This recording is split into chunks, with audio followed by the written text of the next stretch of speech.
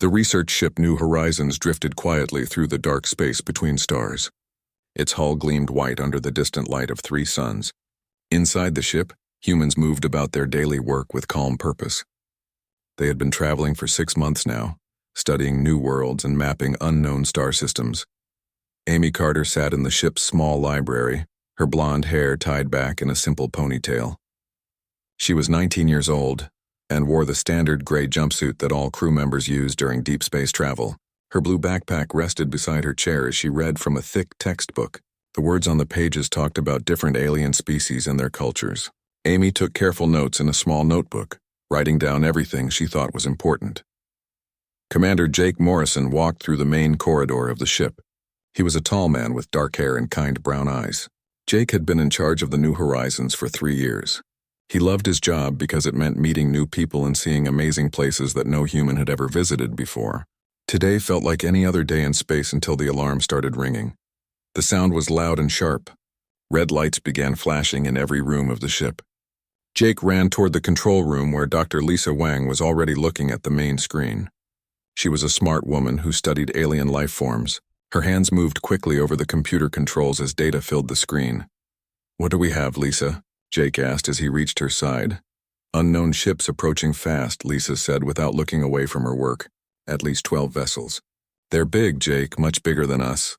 Jake felt his stomach tighten. The New Horizons was built for research, not fighting. It had some basic shields and 1 small weapon, but nothing that could protect them against a real attack. He pressed a button that would send a message to all parts of the ship. "This is Commander Morrison speaking to all crew. We have unknown ships approaching our position. Everyone should move to their emergency stations right now. Stay calm and follow the safety rules we practiced." Throughout the ship, people stopped what they were doing and began moving to safe areas. Amy heard the announcement and quickly packed her textbook into her backpack. She was supposed to go to the main meeting room with the other civilians, but first she wanted to help Dr. Wang with anything the science team might need. The alien ships appeared on the main screen.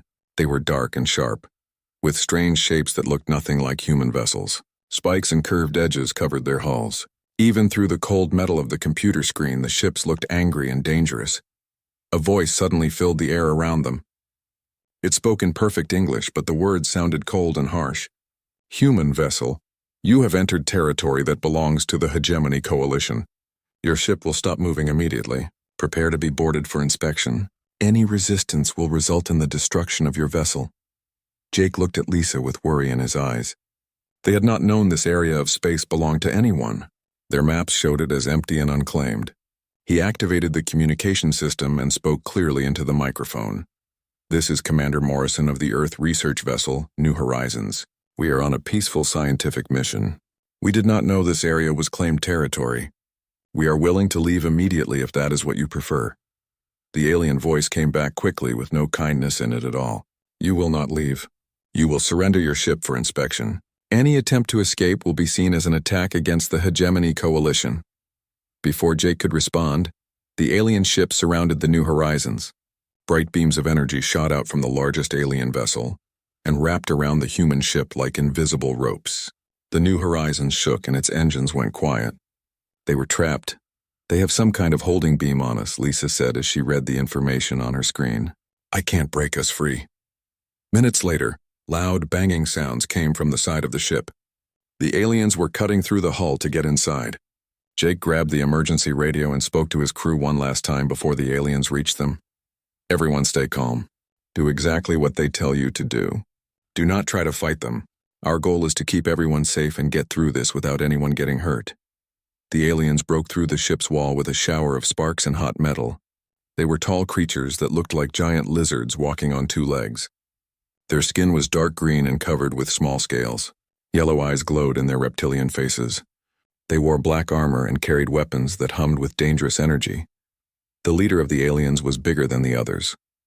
Scars covered one side of his face and his voice was deep and threatening. "I am War Commander Zethkar of the Hegemony Coalition. Your ship now belongs to us. All humans will come with us for questioning."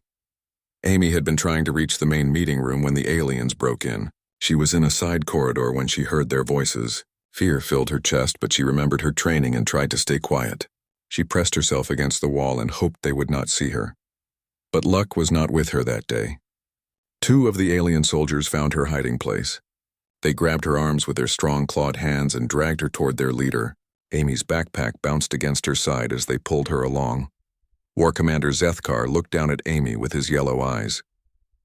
He saw a small human female with a simple backpack and ordinary clothes. To him, she looked like nothing important.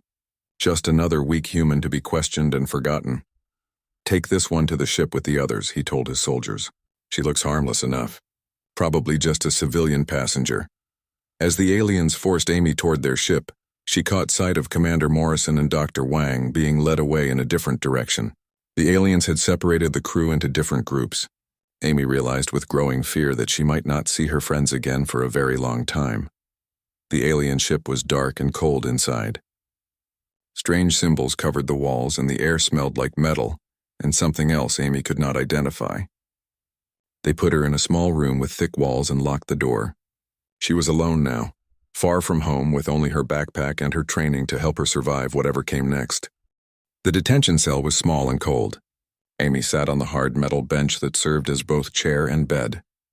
The walls around her were smooth and gray with no windows or decorations. Only a single light in the ceiling gave her any way to see. She had been here for several hours now, and no one had come to speak with her yet. Amy could hear sounds from other parts of the alien ship. Footsteps echoed in the corridors outside her cell. Strange voices spoke in languages she did not understand. Sometimes she heard the heavy footsteps of the lizard-like soldiers walking past her door. Each time she wondered if they were coming for her. On the other side of the ship, War Commander Zethkar stood in the main command room. The space was large and dark, filled with screens showing information about the captured human vessel. Other alien species worked at different stations around the room. Some looked like giant insects with thin arms and large eyes. Others had gray skin and moved without making any sound. Captain Veltar approached the War Commander. He was an older member of the lizard species, with white scars covering his arms and chest. His voice was rough from many years of giving orders in battle. "The human ship has been secured, War Commander. Our teams are going through everything they found on board. So far, it appears to be exactly what they claimed. A research vessel with scientific equipment and data about star systems." Zethkar turned away from the main screen to look at his captain. His yellow eyes showed doubt and suspicion. "Humans are known to be tricky creatures, Captain. Even if this appears to be a science ship, we must examine everything carefully. What have you learned about the crew?" "Most of them appear to be scientists and researchers. A few have basic military training, but nothing that suggests serious combat experience. The ship's weapons are minimal. Their shields are weak. If this was a military vessel, it is the worst one I have ever seen." Intelligence Officer Crix moved toward them from across the room. Crix belonged to the insect species and had 4 arms that could work independently of each other. 2 large compound eyes dominated the front of the head, and antennae moved constantly as Crix processed information. The voice was high and clicking, like the sound of metal pieces hitting each other. "War Commander, I have finished the initial examination of the crew's personal belongings. Most items are exactly what we would expect from a peaceful research mission. Books about science, personal photographs, clothing, food, and simple entertainment devices. Nothing that suggests any military purpose." Zethkar nodded slowly. This information matched what he had expected to find. Humans were a relatively new species in this part of the galaxy. The few reports about them suggested they were curious but weak, more interested in learning than fighting. Still, something about the situation bothered him. "What about the young female we captured? Have you examined her belongings yet?" Crix's antenna twitched with what might have been amusement. "Not yet, War Commander. She appears to be the least important of all the prisoners. Probably just a passenger or student. I will examine her things next, but I expect to find nothing of interest." "Do it now," Zethkar ordered. "I want to know everything about every human on that ship before we proceed further." Crix left the command room and walked through the dark corridors of the ship toward the detention area. The alien vessel was much larger than the human research ship, with many levels and hundreds of rooms. It had been built for war, not exploration. Every surface was designed for function, not comfort. Sharp edges and harsh lights reminded everyone aboard that this was a place for soldiers, not civilians. Amy heard the footsteps stopping outside her cell door. A panel slid open and Crix entered the room. The insect-like alien was taller than Amy but moved with quick, precise motions. The forearms gestured toward Amy's backpack, which sat on the floor beside the bench. Human female, move away from your belongings. I will examine everything you carry. Do not interfere with this process. Amy stood up and pressed herself against the far wall of the cell. She watched as Crix picked up her backpack and began removing items one by one. Each object was studied carefully before being placed on the metal table that folded down from the wall. First came the energy bars she carried for quick meals during long study sessions. Crix examined the packaging, read the labels, and made notes on a small device. Next came her tablet computer, which Crix activated and scrolled through quickly. The alien seemed interested in the entertainment videos and music files Amy had stored there. Primitive recreational content, Crix muttered in the clicking voice. As expected from a developing species, personal photographs came out next. Pictures of Amy with her friends at school, family gatherings, and vacation trips to Earth's oceans and mountains.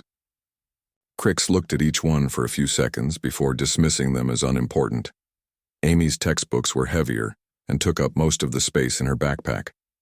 Crix pulled them out and examined the covers. Books about alien cultures, basic space navigation, and galactic history filled the table. To Crix, they looked like the kind of books any curious young human might read. Educational materials consistent with a civilian research mission. Crix noted aloud while making more entries in the recording device. Some personal clothing items came out next. Extra socks, underwear, and a spare jumpsuit identical to the one Amy was wearing. Crix handled these items quickly, clearly finding nothing interesting about human clothing. The backpack was almost empty now. Crix reached into the bottom section and felt around for any remaining items. The alien's thin fingers found something folded carefully and packed tightly into the corner. Crix pulled it out and began to unfold it. It was a uniform. Not the simple gray jumpsuit that Amy and the other crew members wore, but something much more formal and structured. The fabric was dark blue with sharp creases that showed it had been folded with military precision. As Crix held it up to examine it more closely, patches and insignia became visible on the sleeves and chest.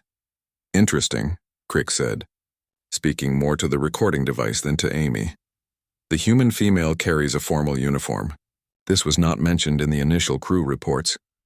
Amy watched from her position against the wall. Her heart began beating faster as she saw Crix examining the uniform more carefully. She had hoped the aliens would not find it, or would dismiss it as unimportant if they did. But now Crix was looking at the patches and insignia with growing interest. The uniform jacket had several patches sewn onto it. One showed an eagle with wings spread wide. Another displayed stars arranged in a specific pattern. Words were embroidered under some of the patches, but they were in English and Crix could not read them immediately. Crix activated a translation device and pointed it at the uniform. Slowly, the alien began to understand what the patches meant. The translation device spoke in Crix's own language, but Amy could see the alien's body language changing as the information processed. This requires further analysis, Crix said finally. The alien carefully folded the uniform and placed it with the other items. I must report this to War Commander Zethkar immediately. Crix gathered everything back into Amy's backpack except for the uniform, which remained on the table. The alien left the cell quickly, moving faster than before. Amy could hear the footsteps echoing down the corridor as Crix hurried toward the command room. Amy sat back down on the bench and stared at her uniform on the table. She knew that finding it would cause problems, but she had not been able to leave it behind on the new horizons. The uniform meant too much to her, represented too much of her future and her family's history. Now she could only wait and see what the aliens would do with what they had discovered. She had a feeling that her life was about to become much more complicated than it had been just a few hours ago. Intelligence Officer Crix moved quickly through the corridors of the Hegemony flagship. The uniform was tucked carefully under one of the forearms, and the translation device remained active as it continued processing the text found on the patches. Each new translation made Crix move faster toward the command room. War Commander Zethkar was studying reports from the boarding teams when Crix entered. The insect-like alien approached the command station where Zethkar and Captain Veltar were discussing the captured human vessel. War Commander, I have discovered something unusual among the belongings of the young human female, Crix announced. The clicking voice carried a tone of urgency that made both superior officers turn their attention immediately. Show me, Zethkar ordered. Crix placed the dark blue uniform on the command table and activated the ship's main analysis system. The uniform was displayed on the large screen where everyone in the command room could see it clearly. The patches and insignia appeared much larger now, and the translation system began working on each symbol and word. At first glance, this appears to be a formal uniform of some kind, Crix explained. But the translation system has revealed information that suggests this is not a simple civilian garment. The main screen began showing English text alongside alien translations. The first patch revealed itself to be from something called the Terran Military Academy. The eagle symbol was identified as representing Earth's military forces. Other patches showed course completions and training achievements. Captain Veltar leaned forward to study the screen more carefully. His scarred face showed growing concern as more information appeared. Military Academy. The reports about the human ship indicated it was carrying only civilian researchers and scientists. Continue the analysis, Zethkar ordered, his yellow eyes fixed on the screen as more patches were translated. The translation system worked through each insignia methodically. One patch identified the wearer as a cadet in the human military structure. Another indicated training in advanced orbital combat and xenobiology warfare. The words appeared on the screen in cold, mechanical translations that somehow made them seem even more threatening. Crix pointed to a smaller patch near the shoulder of the uniform. This one was the most difficult to translate, War Commander. The human writing uses abbreviations and military codes that do not translate directly. The screen flickered as the translation system processed the complex text. Finally, words appeared that made everyone in the command room fall silent. Future Officer, Human Expeditionary Force. Captain Veltar stepped back from the command table.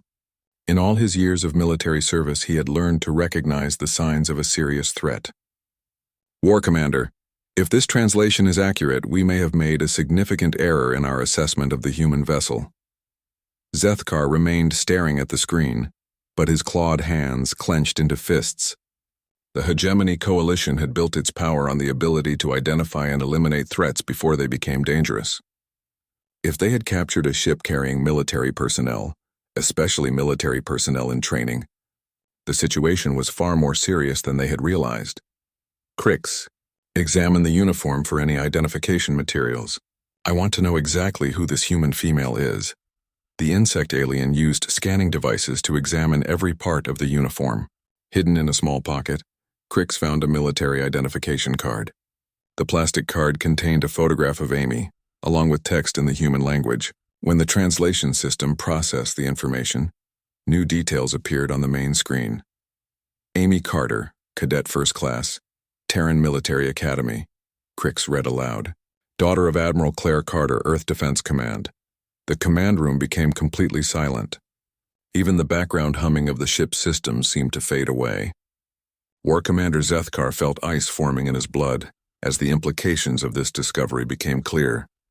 Admiral, Captain Veltar whispered, we have captured the daughter of a human admiral.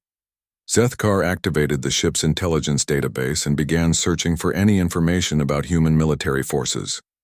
The database contained fragments of reports from various sources throughout the galaxy. Most of the information was incomplete and contradictory, but certain details appeared consistently across multiple reports. The humans were described as a species from the galactic rim that had appeared recently in known space. They claimed to be explorers and traders, but some reports suggested they were far more dangerous than they appeared. References to impossible resilience, tactical brilliance, and an unsettling tendency to study their enemies obsessively appeared in several files. One report, marked as unconfirmed, described an incident where a single human trading vessel had defeated 3 pirate ships through superior tactics and unexpected weapons. Another mentioned humans who had survived in impossible conditions after their ship was destroyed, somehow making their way to safety across hundreds of light-years of empty space. But the most disturbing reports were the ones that described human behavior during conflicts. Multiple sources mentioned that humans seemed to learn from every encounter. Adapting their tactics and strategies with frightening speed, they were described as a species that planned carefully for every possibility, including ones that seemed unlikely or impossible. War Commander, Crix said, interrupting Zethkar's research, I have found additional concerning information in the human female's belongings. The textbooks she carries are not simple educational materials. Crix activated another section of the analysis system and displayed the contents of Amy's textbooks on the screen. What appeared to be innocent books about alien cultures revealed themselves to be something much more sinister when examined closely. The book about alien species contained detailed anatomical diagrams showing the weak points and vulnerabilities of various galactic races. Charts displayed the effectiveness of different weapons against different types of alien biology. Psychological profiles described how to manipulate the fears and instincts of non-human species. Another textbook contained battle tactics, specifically designed for fighting in space against technologically superior enemies. The strategies focused on using superior mobility and unpredictable attacks to overcome larger, more powerful forces. Many of the tactical scenarios described situations remarkably similar to the current confrontation between the human research vessel and the hegemony fleet. These are not the books of a curious student, Captain Veltar observed. These are military intelligence manuals disguised as educational materials. War Commander Zethkar closed the intelligence database and turned to face his officers. The situation had changed completely in the span of a few minutes. What had appeared to be a simple interception of a weak civilian vessel was revealing itself to be something far more complex and dangerous. "Send a priority message to Hegemony Command," he ordered. "Inform them that we have encountered advanced human military personnel. Request immediate backup and strategic guidance." "What should we do with the prisoners, War Commander?" Crix asked. Zethkar looked at the image of Amy's uniform still displayed on the main screen. The patches and insignia seemed to mock him now, representing a level of military sophistication that the hegemony had not expected from the humans. Increase security around all detention areas. Place additional guards on the human female. If she is truly the daughter of a human admiral, she represents either a valuable hostage or an extremely dangerous prisoner. As orders were carried out around him, Zethkar continued staring at the screen. A cold feeling of dread was growing in his chest. The Hegemony Coalition had built its empire by striking first against potential threats, eliminating dangerous species before they could become problems. But now it seemed they might have already waited too long. If a simple research vessel carried military personnel and intelligence materials, what did that say about the rest of human space? How many other civilian ships were actually gathering information about hegemony forces and territory? For the first time in his career, War Commander Zethkar began to wonder if the Hegemony Coalition had finally encountered an enemy they were not prepared to fight. The hours that followed Amy's capture moved slowly aboard the Hegemony flagship. War Commander Zethkar had ordered complete analysis of everything taken from the human research vessel. Teams of specialists worked around the clock, examining every piece of technology, every document, and every personal item that had been found on the New Horizons. What they discovered made the situation worse with each passing hour. Intelligence Officer Crix stood before a wall of screens in the analysis center. The displays showed technical specifications of human equipment that had initially appeared primitive and harmless. Under closer examination, the truth was far different. "War Commander, the human research equipment is far more sophisticated than our initial assessment suggested," Crix reported as Zethkar entered the analysis center. Their sensors are military-grade devices disguised to look like civilian scientific instruments. The main screen showed a detailed breakdown of the New Horizons sensor array. What the humans had called stellar mapping equipment was actually a long-range detection system capable of identifying and tracking warships across multiple star systems. Their geological survey tools could penetrate ship hulls and analyze internal structures. "How long have they been scanning our territory?" Zethkar asked. "Based on the data we recovered from their computers, at least 6 months. The humans have detailed maps of our patrol routes, fleet positions, and defensive installations throughout this entire sector." Captain Veltar approached from another section of the analysis center. His expression was grim as he carried a data pad filled with disturbing information. "War Commander, the situation is even worse than we thought. I have been analyzing the personal records of the human crew members." Veltar activated another screen that displayed personnel files from the New Horizons. At first glance, they appeared to be the normal records of civilian researchers and scientists. But when examined more carefully, patterns began to emerge that painted a very different picture. "Look at their educational backgrounds," Veltar said, pointing to the data. Dr. Lisa Wang studied xenobiology. but her advanced degrees include courses in biological warfare and alien psychology. Commander Jake Morrison has a background in exploration, but also advanced training in military tactics and combat command. More files appeared on the screen. Every crew member of the New Horizons had similar backgrounds that mixed civilian expertise with military training. They were scientists and researchers, but they were also soldiers and intelligence operatives. They have been preparing for galactic conflict while maintaining the appearance of peaceful explorers, Zethkar realized. Every human ship we encounter might be both a research vessel and a military intelligence operation. In her detention cell, Amy sat quietly on the metal bench. She knew the aliens were analyzing everything they had found on the New Horizons. She also knew they would eventually come to question her directly. When that happened, she would need to be ready. The door to her cell opened and 2 alien guards entered. Behind them came War Commander Zethkar himself. Amy had seen him briefly during the capture, but now she could study him more carefully. He was larger than the other lizard-like aliens, with battle scars covering his scaled skin. His yellow eyes held intelligence and suspicion in equal measure. Amy Carter, Zethkar said, speaking her name carefully. Daughter of Admiral Claire Carter of the Earth Defense Command. Amy remained seated but met his gaze directly. Her training had taught her to show neither fear nor defiance when facing an enemy. Calm confidence was the key to survival in situations like this. You seem to know more about me than I expected, Amy replied. I suppose you found my uniform? We found much more than your uniform, young human. We found evidence that your peaceful research mission was actually an intelligence-gathering operation, designed to map our territory and study our weaknesses. Amy tilted her head slightly, as if considering his words. That's an interesting theory. Do you have evidence to support it? Or are you just making assumptions based on fear? Zethkar felt anger rising in his chest at her calm tone. This human child was speaking to him as if she were his equal, showing no respect for his authority or concern for her situation. Fear? You think we fear your weak species? Your ship had minimal weapons and shields. Your crew surrendered without firing a single shot. What exactly should we fear from humans? Amy smiled slightly, and something in that expression made Zethkar feel uncomfortable. Commander, may I ask you a question? In your military experience, when you encounter an enemy who appears weak and defenseless, what does your training tell you to consider? The question caught Zethkar off guard. His military training did indeed teach caution when facing apparently weak enemies.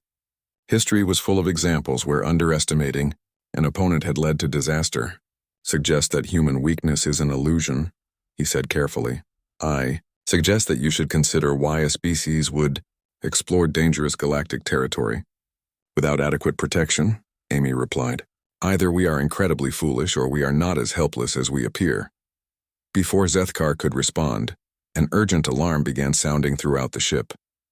The lights in Amy's cell shifted from white to red, and the sound of running footsteps echoed in the corridors outside. A voice spoke over the communication system in the alien language, but Amy could hear the tension and urgency in the tone. Zethkar activated a communication device and spoke rapidly in his own language. Amy watched his expression change as he received information. The confident authority in his posture shifted to something that looked more like concern. What is happening, Commander? Amy asked. Your crew seems upset about something. Zethkar looked at her with suspicion. Long-range sensors have detected a large fleet approaching our position. They will arrive within hours. Amy nodded as if this information was exactly what she had expected. Let me guess. Human ships? How did you know that would happen? Zethkar demanded. Because someone noticed that the New Horizons missed its scheduled check-in, Amy explained patiently. Human exploration vessels are required to report their status every 12 hours. When we failed to make contact, automatic emergency protocols would have been activated. Zethkar felt the cold dread in his chest growing stronger. Emergency protocols? The first response is always to dispatch a search and rescue fleet to the last known position of the missing vessel. The fleet will include enough firepower to handle any reasonable threat that might have caused the disappearance. Through the communication device, Zethkar received updated information about the approaching human fleet. The news was worse than he had feared.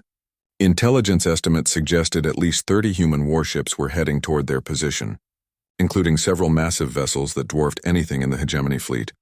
Your people are making a mistake, Zethkar said. We have captured their personnel. If they attack us, you and your crew will be destroyed along with our ships. Amy shook her head slowly. Commander, you still don't understand what kind of species you're dealing with.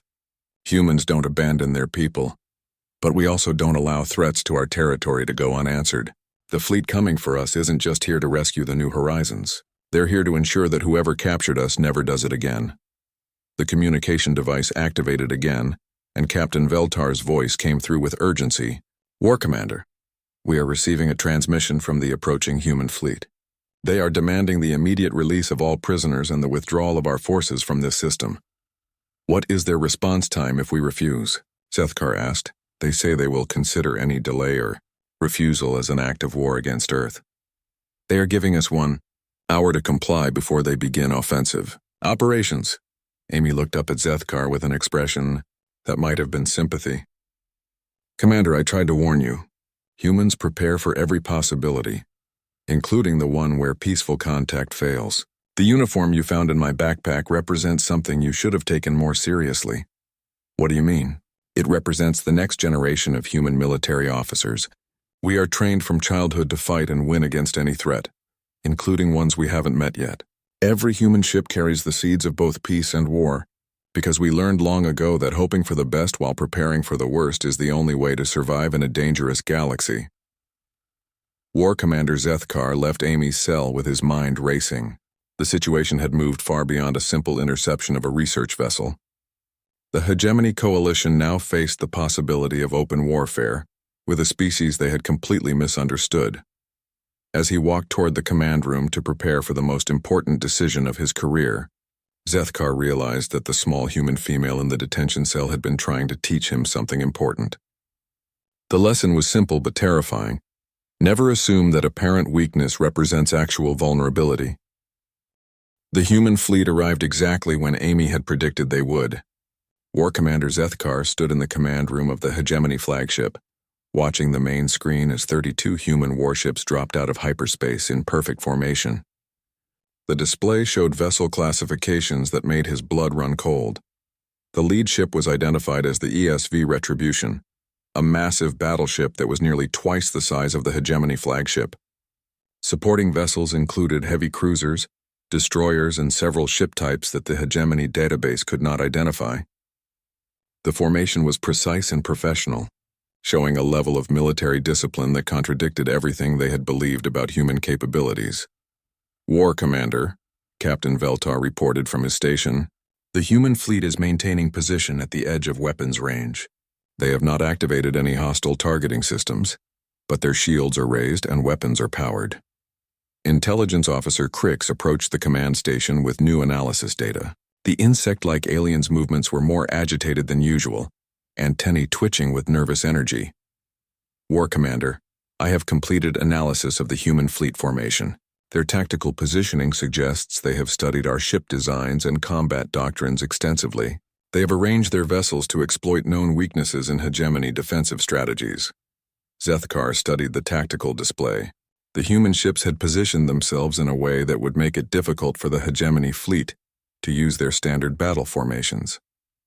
It was as if the humans had read Hegemony military manuals and designed their approach specifically to counter expected responses. A communication signal came from the human fleet. The main screen shifted to show the interior of a human warship's command room. The space was clean and efficient, with humans working at various stations with calm professionalism. At the center of the room stood a woman in a dark blue, uniform similar to the one found in Amy's. Backpack, Admiral Claire Carter was a tall woman with graying blonde hair and ice blue eyes that seemed to look directly through the screen at Zethkar. Her uniform displayed insignia and decorations that spoke of years of military experience and authority. When she spoke, her voice was calm but carried an undertone of absolute determination. I am Admiral Carter of the Earth Defense Command. You are currently holding my daughter and the crew of the research vessel New Horizons. I am here to secure their immediate release. Zethkar activated his own communication system. Admiral Carter, I am War Commander Zethkar of the Hegemony Coalition. Your vessels entered our territorial space without permission. Your daughter and crew are being held pending investigation of their activities in Hegemony space. Admiral Carter's expression did not change. but something in her eyes became even colder. War Commander, let me be very clear about the situation. The system you claim as territory is not recognized by Earth or any other major galactic power as belonging to the Hegemony Coalition. Your detention of civilian researchers constitutes an act of piracy under galactic law. Your researchers were conducting military intelligence operations disguised as civilian science, Zethkar replied. We have evidence that your daughter carries military equipment and training materials. A slight smile appeared on Admiral Carter's face, and somehow that expression was more frightening than any threat could have been. Of course she does, War Commander. Amy is a cadet at our military academy. Every human exploration vessel carries military personnel as part of standard safety protocols. Then you admit your civilian ships are actually military operations? I admit that humans learned long ago never to explore space unprepared for conflict. Every human ship is equipped to defend itself and to gather intelligence about potential threats. We have been preparing for encounters like this one for decades. Captain Veltar leaned toward Zethkar and spoke in a low voice.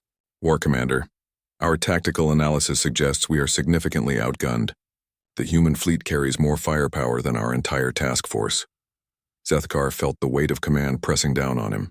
The decision he made in the next few minutes would determine not only the fate of his fleet, but possibly the future relationship between the Hegemony Coalition and humanity.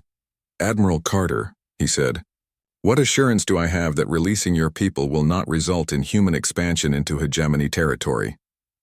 Admiral Carter's smile faded, replaced by an expression of cold professionalism. War Commander, you have the situation exactly backwards. The question is not whether humans will expand into space you claim as yours. The question is whether the Hegemony Coalition will recognize that humanity is now a permanent presence in this galaxy. The Admiral gestured to someone outside the view of the communication screen. A moment later, additional information appeared on Zethkar's tactical display. The data showed human settlements, mining operations, and defensive installations spread across dozens of star systems. Many of these locations were in areas the Hegemony had considered empty or uncontrolled. As you can see, human expansion has been proceeding for quite some time. We have been careful to avoid direct confrontation with established powers like the Hegemony Coalition, but we will not be intimidated or deterred from our rightful place among the galactic community. Intelligence Officer Crix quickly analyzed the new data and reported to Zethkar in their own language. The scope of human expansion was far beyond what Hegemony intelligence had estimated. If the data was accurate, humanity had established a significant presence in space without any major galactic power taking notice. War Commander, Admiral Carter continued, I want you to understand something important. The research vessel you captured was not spying on you because we consider you an enemy. It was gathering information because we consider knowledge to be the foundation of peaceful coexistence. And if peaceful coexistence proves impossible? Zethkar asked. Admiral Carter's expression hardened. Then we will be ready for that possibility as well. My daughter's uniform should have told you something about human nature, War Commander. We hope for peace, but we prepare for war. We prefer diplomacy, but we excel at conflict. We smile and offer friendship, while ensuring we can defend ourselves against any threat. The communication from Amy's detention cell had been activated, allowing her to hear the conversation between her mother and Zethkar. She listened with pride as Admiral Carter calmly dismantled the alien's assumptions about human weakness and vulnerability.